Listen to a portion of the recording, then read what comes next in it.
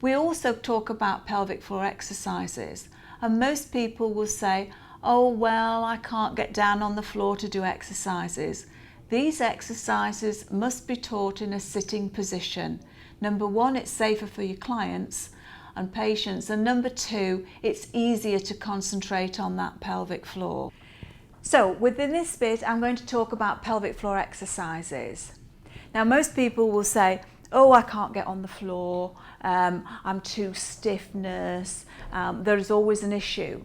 Actually, your pelvic floor is sitting in the bottom of this basin, and it's holding everything inside, a bit like the scaffolding, a bit like a suspension bridge. Everything is being held up. Now that pelvic floor goes round all our organs, and what it actually is doing, it's a bit like a catapult sling. It goes from the back, so it's attached to your coccyx here, and it's attached to the frontal bit here, the suprapubic bone. And like this big catapult, it's tightening round the back passage, it's tightening round the vaginal area in the ladies and the urethra. So that big pelvic floor needs to be nice, fat and tight and holding up, so that when you cough or sneeze or jump, nothing will leak out.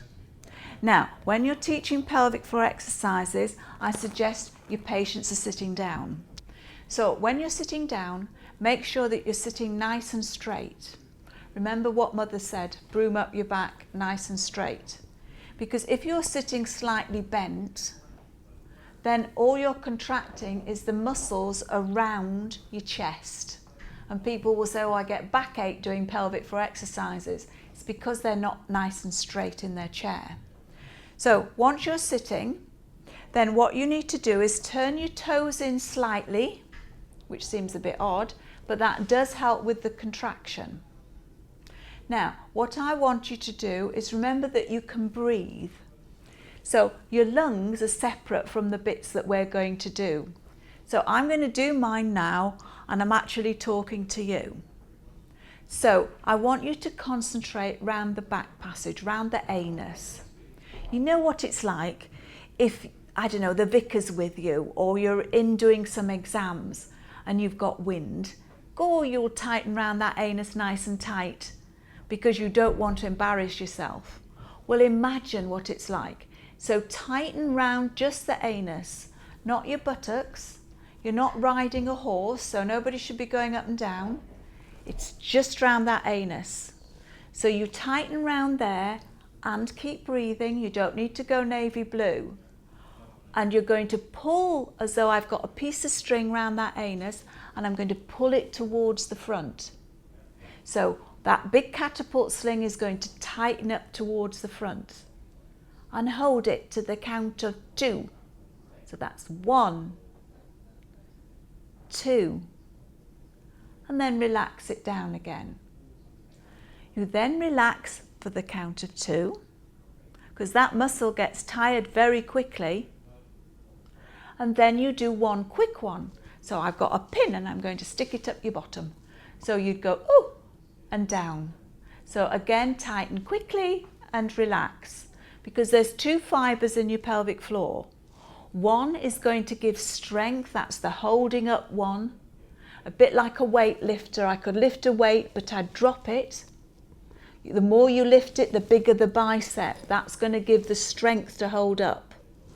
The quick one is the one that comes into play as soon as I stand up. But it can't sustain that contraction. It needs that big one to come up behind it. So you need to do those 8 times a day. That's not a lot, and it's getting into the habit of doing them. Try doing one after you've spent a penny, not during, that'll upset your bladder, but after you've spent a penny. And each time you go to the toilet, do a couple of these exercises. You're in the right place, it'll remind you. So do those, and that will help tighten up your pelvic floor. So any age group can do this. Everybody knows what it's like to get wind or diarrhea, so you know what it's like to tighten around that anus, and that's what you need to do.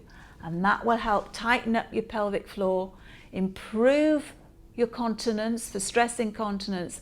But even those people who have some slight fecal leakage. You know the skid marks on underpants? Again, that's weak pelvic floor. This will help for that as well. So do your pelvic floor exercises whatever age you are.